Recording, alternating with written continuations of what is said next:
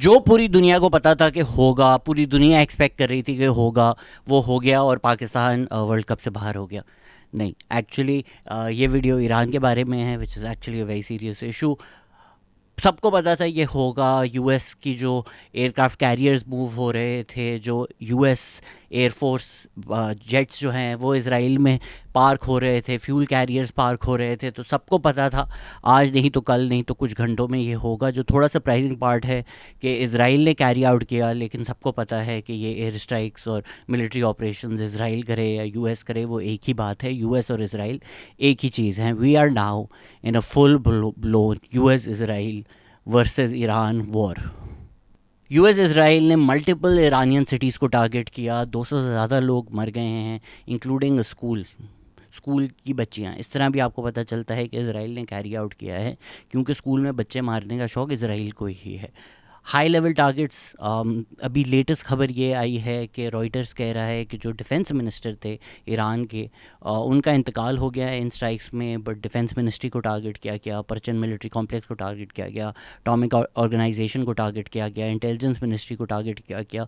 तो काफ़ी high level targets को गवर्नमेंट या रजीम जो है ईरान की, उसको गिराने के लिए टारगेट किया गया। खामेनी का जो पर्सनल कंपाउंड है उसको भी टारगेट किया गया। इजरायली मीडिया कह रहा है कि लिटिल टू नो चांस कि खामेनी सर्वाइव्ड दिस। जो ईरानियन मीडिया है वो कह रहा है ना सिर्फ उन्होंने सर्वाइव किया है, वो कुछ ही देर में एड्रेस टू द नेशन करेंगे। सरप्राइजिंगली ट्रंप ने एक proper address to the nation नहीं किया। वाइट हाउस प्रेस कोर जो है वो सुबह से वेट कर रही है। सैटरडे सुबह 8 बजे पहले कहा गया कि आ जाएं, एड्रेस होगा। वो डिले हो रहा है। आई डोंट नो अगर वो by the time this video comes out हुआ होगा या अब तक तो एटलीस्ट नहीं हुआ है। जो ट्रंप ने कहा है, वो जो मैसेज आप लोगों ने देखा होगा कि ट्रंप ने कहा है कि जो बहुत देर से ईरान के लोग चाह रहे थे हम करें, तो हमने कर दिया है। अब ईरान के लोग बाहर आएँ, इस रजीम को गिराएं, अपनी तकदीर अपने हाथ में लें, हकीकी आज़ादी लें। इसी तरह की वो बातें कर रहे हैं। और जो रेवोल्यूशनरी गार्ड्स हैं उनको वो कह रहे हैं कि या तो हथियार डाल दो, सरेंडर कर दो, आम माफ़ी हो जाएगी, नहीं करोगे तो मर जाओगे, या हम मौत है तुम लोगों के लिए वरना।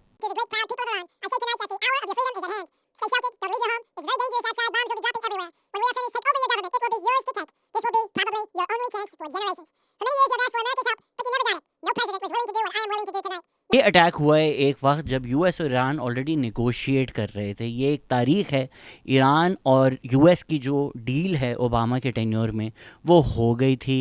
ईरान ने जो है इनरिचमेंट ऑफ यूरेनियम रोक दी थी। जो इंडिपेंडेंट मॉनिटर्स हैं वो कह रहे थे Iran was on track, but Trump जब पहली दफ़ा आए उन्होंने वो डील ख़त्म कर दी। जो चीज़ें सारी ऑन ट्रैक थी वो ख़त्म कर दी। इज़राइल तो शुरू से ही पीछे पड़ा हुआ है ईरान पे हमला करने के लिए। जॉन स्टुअर्ट ने एक बहुत अच्छा बिड भी किया, जिसमें उन्होंने दिखाया कि डेकेड से नेतन्याहू बोल रहा है कि बस कुछ दिन दूर है ईरान न्यूक्लियर इनरिचमेंट से, न्यूक्लियर बॉम्ब से। वो कुछ दिन डेकेड्स हो गए हैं और आज तक नहीं आया। अभी भी यही हुआ है कि ओमान के जो फॉरेन मिनिस्टर हैं उन्होंने बोला हम बहुत ही करीब थे एग्रीमेंट के, टॉक सक्सेसफुल होने वाली थी, पीस सक्सेसफुल होने वाला था, जब यूएस ने ये कर दिया। ईरान ने मान लिया था कि वो न्यूक्लियर स्टॉक पाइल नहीं करेंगे। Iran could produce a nuclear weapon in a very short time. It could be a year, it could be within a few months. They have the wherewithal, the stored up, the preserved knowledge to make a bomb very quickly if they wanted to do it. Iran is so dangerous, weeks away from having the fissile material for an entire arsenal of nuclear bombs. They're very close, they're 6 months away from being about 90% of having the enriched uranium for an atom bomb. Iran is gearing up to produce 25 bombs, atomic bombs a year, 250 bombs in a decade. Ladies and gentlemen, time is running out. Iran will be capable of producing alone, without coordination, nuclear bombs within 3 to 5 years. Iran की position है कि भाई हम वो missiles नहीं बनाएंगे जो US को टारगेट करे। जो न्यूक्लियर यूरेनियम इनरिचमेंट है वो हमारा हक है, हम सिविलियन या न्यूक्लियर पावर जनरेशन के लिए भी करेंगे। न्यूक्लियर स्टॉक पाइल हम नहीं करेंगे। जहाँ तक ये है कहा जा रहा है कि ईरानियन मिसाइल्स अमेरिका के लिए एक एग्जिस्टेंशियल थ्रेट हैं, ये बिल्कुल झूठ है। जो ईरान तो कहता है हमारे पास नहीं है, बट चलें हम ईरान की बात नहीं मानते। इंडिपेंडेंट ऑब्जर्वर्स भी कहते हैं कि 6 से 8 साल लग जाएंगे ईरान को वो मिसाइल टेक्नोलॉजी डेवलप करने के लिए कि वो डायरेक्टली यूएस सिटीज़ को टारगेट कर सकें। जो ईरान की रेंज में है वो वही है जो आपने देखा हुआ in retaliation. These are the Gulf countries, this is Israel. But अगर इज़राइल ईरान की मिसाइल्स की रेंज में होगा तो as far as the US is concern वो भी उनके रेंज में है। बाल बच्चा है इज़राइल यूएस का। अभी जून 22 जो ऑपरेशन मिडनाइट हैमर हुआ था, उसमें इस्ताफ़ान और नतन्स और एक और जो है फोर्दो, वो जो ईरान की न्यूक्लियर फैसिलिटीज़ हैं वो टारगेट की गई थी। रिटेलिएशन में अगले दिन ईरान ने कतर में यूएस एयरबेस को स्ट्राइक किया था। जो आज हो रहा है मेरी नज़र में is nothing similar to that. उधर मुझे लगता है, मेरी फीलिंग है बेस्ड ऑन एवरीथिंग, कि वो ज़रा टोपी ड्रामा था। बिकॉज़ इन्फॉर्मेशन या इंटेलिजेंस ये आई कि ईरान ने जो भी उनकी न्यूक्लियर स्टॉक पाइल था, नहीं था, जो भी यूरेनियम था, जो भी चीज़ें थीं, वो पहले से ही वहाँ पर निकाल दी थी। फुटेज भी आ गई थी ट्रक्स की कि अटैक होने से पहले, कुछ दिन पहले सारा सामान जो है वो मूव किया जा रहा है। जो ईरान ने कतर में यूएस एयरबेस पे भी रिटेलिएशन किया था, मुझे लगता है वो सिर्फ लोकल ऑप्टिक्स के लिए था, अपने लोगों को दिखाने के लिए था कि हमने कुछ ना कुछ जवाब दिया है। This is fundamentally different. Iran response has been thorough. जो बात की जा रही है कि ईरान क्या स्टूपिड है, ईरान ने ये क्या कर दिया, ईरान का जो गल्फ़ कंट्रीज़ हैं उनके साथ अच्छे रिलेशनशिप्स थे, जो मैंने बचपन में देखा है कि शिया सुन्नी फसादात, प्रॉक्सी वॉर्स जो हैं वो ईरान और सऊदी से शुरू होती थी और फिर पूरी दुनिया में फैलती थी, और जो वो कशीदगियाँ थी सऊदी और ईरान की, वो हमने हाल ही टाइम में कम होती हुई देखी हैं। रिलेशनशिप्स बेहतर थे कतर के साथ, तो डील्स भी थी। Qatar has also offer to mediate on behalf of Iran. तो ये समझ नहीं आ रहा, मुझे एक्चुअली समझ में आ रहा है, पर थोड़ा सा जियोपॉलिटिकल कॉन्टेक्स्ट पहले देख। ईरान ने इनिशली कहा था कि भाई हम तो इन मुल्कों को नहीं टारगेट कर रहे, मिलिट्री बेसिस को कर रहे हैं। अब जो विजुअल्स आ रहे हैं जुमेरा में, दुबई में एक होटल फेयरमाउंट जो है उधर एक्सप्लोजन की आई, फिर बहरीन में एक रेजिडेंशियल कॉम्प्लेक्स, कुछ लोग बोल रहे हैं ये वो होटल है जहाँ यूएस मिलिट्री रहती है, उस पर drone attack. These are not military targets, these are pretty much residential targets, these are places where civilian deaths are possible. ऐसा हो सकता है कि डिब्रीज़ इंटरसेप्शन जो हुई हैं मिज़ाइल्स की, उनकी डिब्रीज़ गिरी हों, बट बहरीन में तो विजुअल एविडेंस है कि डायरेक्ट ड्रोन आया है। जॉर्डन में हमने ये देखा है कि एक घर जला है जब ईरानियन मिज़ाइल जो इज़राइल जा रही थी, जॉर्डन ने इंटरसेप्ट किया।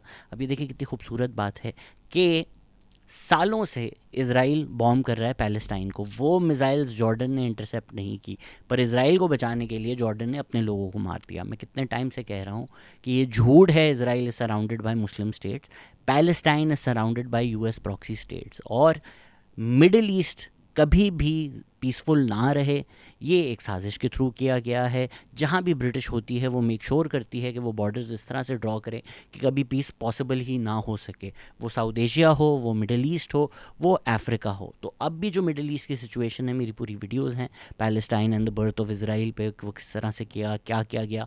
ईरान पे भी मेरी पूरी की पूरी वीडियोज़ हैं कि किस तरह यूएस ने इंश्योर किया कि ईरान में डेमोक्रेसी ना आए, ईरान यूएस की जो बैक्ड गवर्नमेंट्स हैं, फेवरेबल हैं, वही रहें। किस तरह से ईरान को भी उन्होंने तबाह किया। अब यूएस के लिए ईरान वो final piece of the jigsaw है। बाकी जो सारे गल्फ स्टेट्स हैं उधर या तो यूएस ने अपनी पसंद की हुकूमत लगा दी है, या जो फैमिलीज़ यूएस के साथ डील करती थी वो इन पावर हैं। इस वेला आप लोगों ने देख लिया कि घुस कर मुडेरों को उठा लिया और फिर उनके जो ऑयल रिसोर्सेज हैं उनके ऊपर काबिज हो चुके हैं। तो ईरान ही बच गया था एक वाहिद, तो कुछ ना कुछ तो करना था, और ये काफ़ी टाइम से हॉलोइंग आउट हो रही है।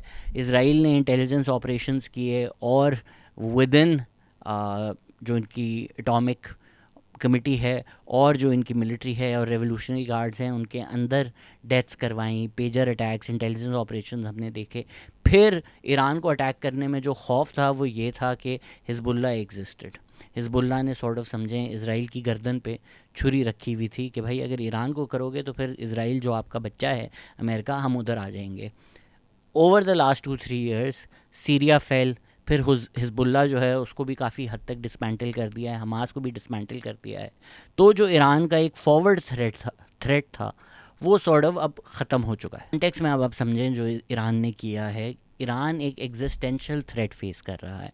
अगर आपने मेरी लास्ट 2 दिस वीक इन पाकिस्तान उज़ैर के साथ देखी हैं या पॉडकास्ट भी देखी है, आई एम श्योर उज़ैर इसमें ये कैविएट देगा कि ईरान के लिए एग्जिस्टेंशियल थ्रेट नहीं है, ईरानियन रजीम के लिए एग्जिस्टेंशियल थ्रेट है। अगर ईरानियन रजीम हाथ ऊपर कर ले, सरेंडर कर ले, तो ईरान के जो लोग हैं वो कोई और हुकूमत सेलेक्ट कर सकते हैं और वो एक नॉर्मल मुल्क जिस तरह यूएई ये है वो सब बन सकते हैं।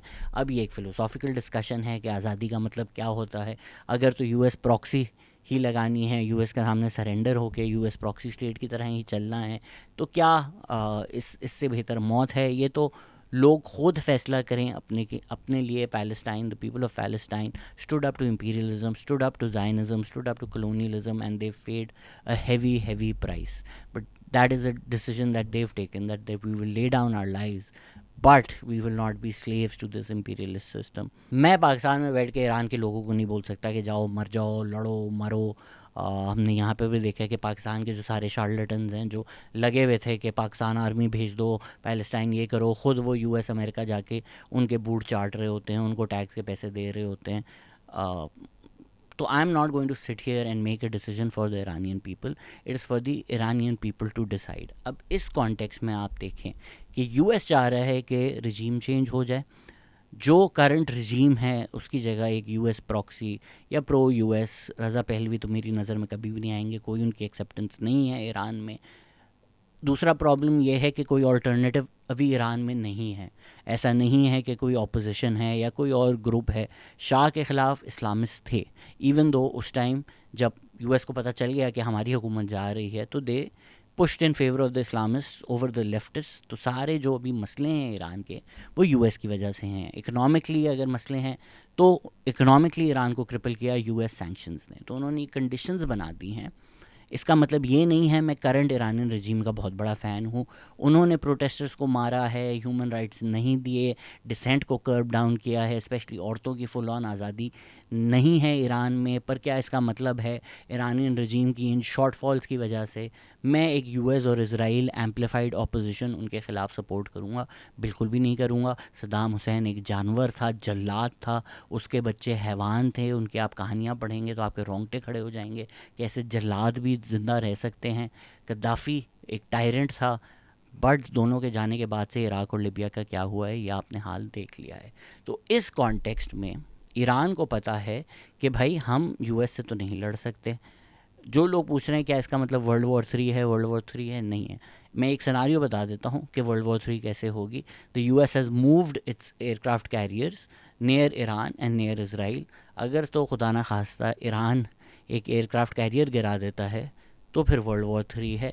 या ये भी हो सकता है कि अगर यूएस चाहता है फुल ऑन इन्वेजन ईरान का, जो मुझे नहीं लगता कि चाहता है, वो एक फॉल्स फ्लैग भी कर सकता। जिस तरह यूएस ने वियतनाम वॉर में gulf of Tonkin incident fake किया था यूएसएस लिबर्टी वाला, उन्होंने प्रिटेंड किया था कि भाई वियतनाम ने या उनकी फोर्सेस ने अटैक किया है और उसको जवाज़ बनाकर वॉर में घुस गए थे। मुझे नहीं लगता ये होगा। मुझे नहीं लगता यूएस का इंटरेस्ट है एक और इराक़ करने में या एक और अफ़गानिस्तान करने में। इराक़ करने का जो फ़ैसला है वो तो 9/11 के बाद ही हो गया था। 9/11 के बाद before even Afghanistan was on the table, the US government और people in the US government at least were pushing कि आप इराक़ पे हमला कर दें, जबकि इराक़ का कोई ताल्लुक़ नहीं था। कुछ इराक़ के पास तेल था और जॉर्ज बुश का पुराना एक टाकरा है जो उनके वालिद के विरसे में उनको मिला है, इराक़ का जो मसला है।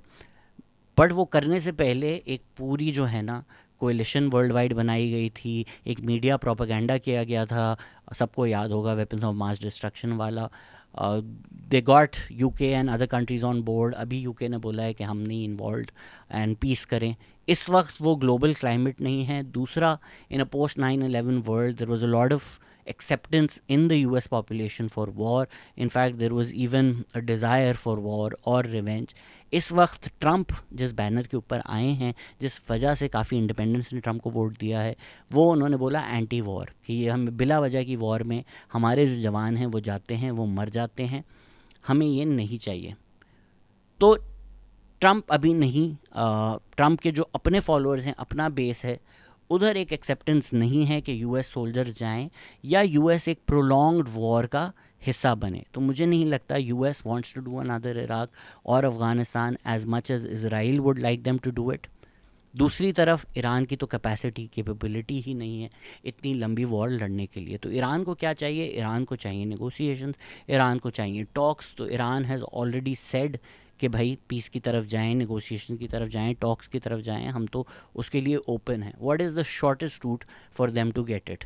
उन्होंने लास्ट टाइम इसराइल पे जो थोड़े बहुत मिसाइल्स फेंके थे, I don't know how much of their capacity they depleted. अभी भी मुझे लगता है कि जो उनके सबसे सोफिस्टिकेटेड वेपन्स हैं वो उन्होंने नहीं यूज़ किए, ताकि एक मार्जिन हो, एक पॉइंट ऑफ नो रिटर्न ना हो।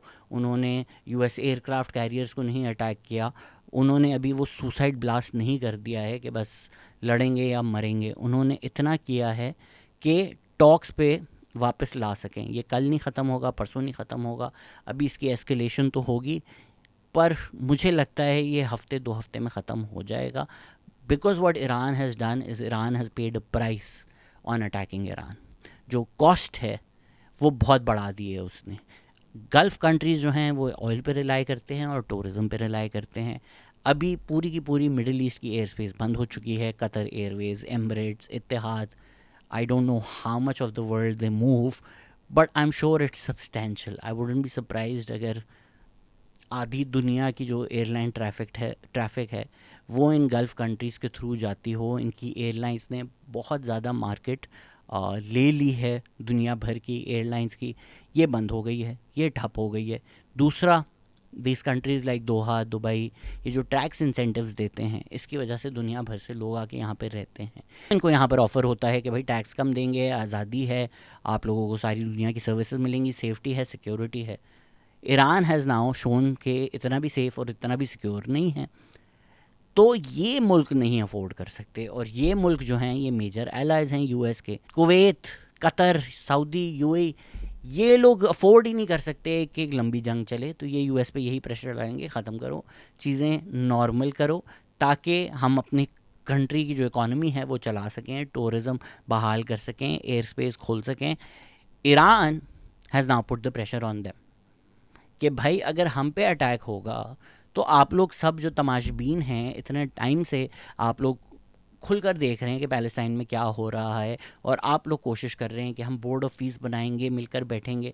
Board of peace got bored of peace. देख लिया आप लोगों ने कि कितना बड़ा ढकोसला था वो. आई नो लोग क्रिटिसाइज़ करते हैं कि पाकिस्तान को नहीं बैठना चाहिए था. पाकिस्तान की औकात नहीं है, पाकिस्तान और क्या कर सकता था. मैं खुलकर कह सकता हूँ कि एक ट्रैवेस्टी ऑफ जस्टिस है कि डोनाल्ड ट्रंप को आप नोबेल पीस प्राइज़ के लिए नॉमिनेट कर रहे हैं, नोइंग इसराइल और पैलेस्टाइन में क्या हो रहा है, नोइंग ट्रंप ने कितना ज़्यादा इसराइल को सपोर्ट किया है. Board of peace was always a board of peace being made by the countries that bomb Palestine. मतलब इससे बड़ा मजाक क्या हो सकता है. बट बीइंग पाकिस्तान, जो हमारे मुल्क की औकात है, आप ना यूएस से टक्कर ले सकते हैं, ना आप मिलिटरीली इसराइल या यूएस से लड़ सकते हैं.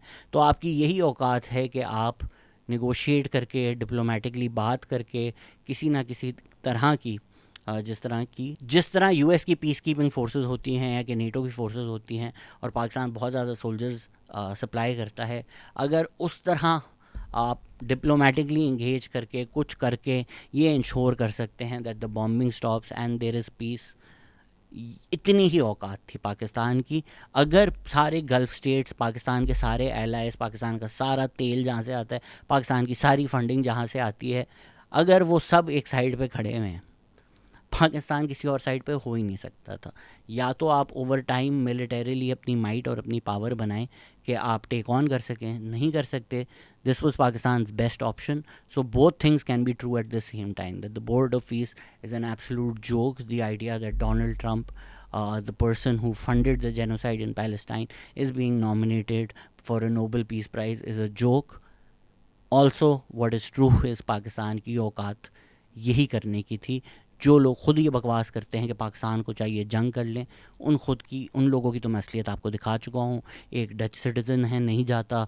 दूसरा जो है यूके में कंपनीज़ रजिस्टर करवा रहा होता है कि भाई पैसे दे दो मुझे. तीसरी जो हैं वो यूएस अमेरिका जाकर बिज़नेस कर रही होती हैं.